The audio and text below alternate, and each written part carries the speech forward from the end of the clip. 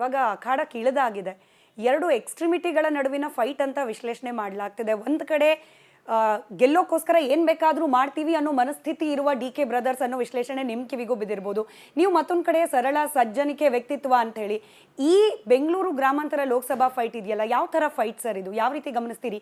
ವ್ಯಕ್ತಿಗಳ ನಡುವಿನ ಫೈಟಾ, ವ್ಯಕ್ತಿತ್ವಗಳ ನಡುವಿನ ಫೈಟಾ, ಅಥವಾ ಎರಡು ಪಕ್ಷಗಳ ನಡುವಿನ ಫೈಟಾ ಅಂತ? ಇದು ಬಹುಶಃ 3 ಅನಿಸುತ್ತೆ ನನಗೆ. ಅಂದರೆ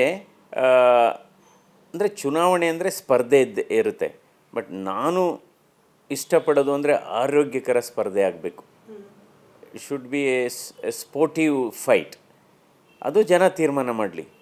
ಈಗ ವ್ಯಕ್ತಿ ಮತ್ತು ವ್ಯಕ್ತಿತ್ವ ಒಂದೇ ಅಕ್ಷರ ವ್ಯತ್ಯಾಸ ಇರೋದು. ಅಂದರೆ ವ್ಯಕ್ತಿಗಳು ಬರ್ತಾರೆ ಹೋಗ್ತಾರೆ, ಆದರೆ ವ್ಯಕ್ತಿತ್ವ ಯಾವಾಗಲೂ ಇರುತ್ತೆ. ಸೊ ಅದಕ್ಕೋಸ್ಕರ persons and reputations are different. Persons will come and go. Reputation is long lasting. Even ನಾವು ಹೋದ್ಮೇಲೂ ಕೂಡ ಅದಿರುತ್ತೆ. ಸೊ ಹೀಗಾಗಿ ಪಕ್ಷ ಕೂಡ ಇಲ್ಲಿ ಏನಾಗಿದೆ, ನಾನು BJP ಮತ್ತು JDS ಮೈತ್ರಿ ಅಭ್ಯರ್ಥಿಯಾಗಿ BJPಯಿಂದ ಸ್ಪರ್ಧೆ ಮಾಡಿದ್ದೇನೆ. ಈ 8 ವಿಧಾನಸಭಾ ಕ್ಷೇತ್ರ ಬರುತ್ತಿದ್ದರಲ್ಲಿ ಈ 8 ವಿಧಾನಸಭಾ ಕ್ಷೇತ್ರದಲ್ಲಿ ಕೆಲವು ಕಡೆ BJP ತುಂಬ ಶಕ್ತಿಯುತವಾಗಿದೆ, ಇನ್ನು ಕೆಲವು ಕಡೆ JDS ಕೂಡ ಶಕ್ತಿಯುತವಾಗಿದೆ. ಸೊ ಈಗ ಅಂದರೆ ಒಂದು ಒಳ್ಳೆಯ ಸಂಘಟನಾ ಶಕ್ತಿ ಕೂಡ ಇದೆ. ಸೊ ಅದರ ಜೊತೆಗೆ ನಾನು ಈ ಕ್ಷೇತ್ರಕ್ಕೆ ಕೊಟ್ಟಿರ್ತಕ್ಕಂಥ ಸೇವೆ ಅದನ್ನು ಕೂಡ ಜನರು ಅದ್ರ ಬಗ್ಗೆ ಕೂಡ ಮೆಚ್ಚುಗೆ ವ್ಯಕ್ತಪಡಿಸ್ತಾ ಇದ್ದಾರೆ. ಸೊ ಕೆಲವು ಕಡೆ ಹೋದಂಥ ಸುಮಾರು ಕಡೆ, ಎಲ್ಲ ಕಡೆ ನಾನು ಈಗ ಕುಣಿಗಲ್ ಪ್ರವಾಸ ಮಾಡಿದ್ದೇನೆ, ರಾಮನಗರ ಪ್ರವಾಸ ಮಾಡಿದ್ದೇನೆ, ಮಾಗಡಿ ಪ್ರವಾಸ ಮಾಡಿದ್ದೇನೆ, RR ನಗರ ಆಗ್ಬೋದು, ಈ ಕಡೆ ದಕ್ಷಿಣ ತಾಲೂಕು ಬೆಂಗಳೂರು ಸೌತ್ ಆಗ್ಬೋದು, ಸೌತ್ ತಾಲೂಕು ಆಗ್ಬೋದು, ಎಲ್ಲ ಕಡೆ ಅಭೂತಪೂರ್ವ ಸ್ವಾಗತ ಸಿಗ್ತಾ ಇದೆ.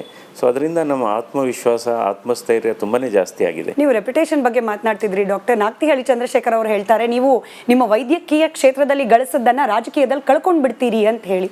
ಅಲ್ಲ, ಅದೇನಾಗುತ್ತೆ ಅಂದರೆ ಯಾವುದೇ ಅಷ್ಟೇ ಯಾವುದಾದ್ರೂ ಒಂದು ಸಾಧನೆ ಮಾಡಬೇಕಾದ್ರೆ you have to take some sort element of risk ಅಂತ ಅನಿಸುತ್ತೆ.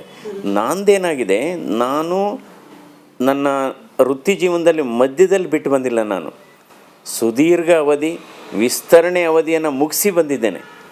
In the middle of my professional carrier ನಾನು ಬಂದಿಲ್ಲ ನಾನು. ಸೊ ಹೀಗಾಗಿ ಯಾವಾಗಲೂ ಅಷ್ಟೇ ನಾವು ಇದನ್ನು ನಾನು ಆಯ್ಕೆ ಮಾಡಿಕೊಂಡಿರೋದು, ನಾನು ರಾಜಕೀಯಕ್ಕೆ ಬಂದರೂ ಕೂಡ ನಾನು ರಾಜಕೀಯ ಮಾಡೋಕ್ಕೆ ಬಂದಿಲ್ಲ. ನಾನು ರಾಷ್ಟ್ರಕಾರಣಿಯಾಗಿ ನಾನು ಸೇವೆ ಸಲ್ಲಿಸಬೇಕು ಅನ್ನುವ. ಏನು ವ್ಯತ್ಯಾಸ ಏನು ರಾಜಕೀಯಕ್ಕೂ ರಾಷ್ಟ್ರಕೀಯಕ್ಕೂ ವ್ಯತ್ಯಾಸ ಏನು ಅಂತ? ರಾಜಕೀಯ ಅಂದರೆ ಚುನಾವಣೆ ದೃಷ್ಟಿಯಿಂದ ಕೆಲಸ ಮಾಡೋಂಥದ್ದು, ಚುನಾವಣೆ ದೃಷ್ಟಿಯಿಂದ ಮಾತ್ರ ಕೆಲಸ ಮಾಡೋಂಥದ್ದು. ಚುನಾವಣೆಯೇತರ ದೃಷ್ಟಿಯಿಂದ ಕೆಲಸ ಮಾಡತಕ್ಕಂಥದ್ದು ರಾಷ್ಟ್ರಕಾರಣಿ. ಅಂದರೆ ರಾಷ್ಟ್ರದ ಬಗ್ಗೆ ಯೋಚನೆ ಮಾಡೋಂಥದ್ದು. ಈಗ ವೈದ್ಯಕೀಯ ಕ್ಷೇತ್ರಕ್ಕೆ ಮಾತ್ರ ಅಲ್ಲ, ಬೇರೆ ಬೇರೆ ಕ್ಷೇತ್ರದಲ್ಲಿ ಯಾವುದಾದ್ರೂ ಬದಲಾವಣೆ ಮಾಡಬೇಕಾದ್ರೆ ಸಲಹೆ ಕೊಡೋ ಅಂಥದ್ದು, ಅಥವಾ ನೆಕ್ಸ್ಟು ನಮ್ಮ ಮುಂದಿನ ಪೀಳಿಗೆಯವರ ಭವಿಷ್ಯವನ್ನು ರೂಪಿಸುವಂಥದ್ದು. ಅಂದರೆ ಈ ಸಮಾಜಮುಖಿ ಕೆಲಸವನ್ನು, ಸಮಾಜಮುಖಿ ಚಿಂತನೆ ಮಾಡುವಂಥದ್ದು, ಅದು ರಾಷ್ಟ್ರಕಾರಣಿ. ಓಕೆ.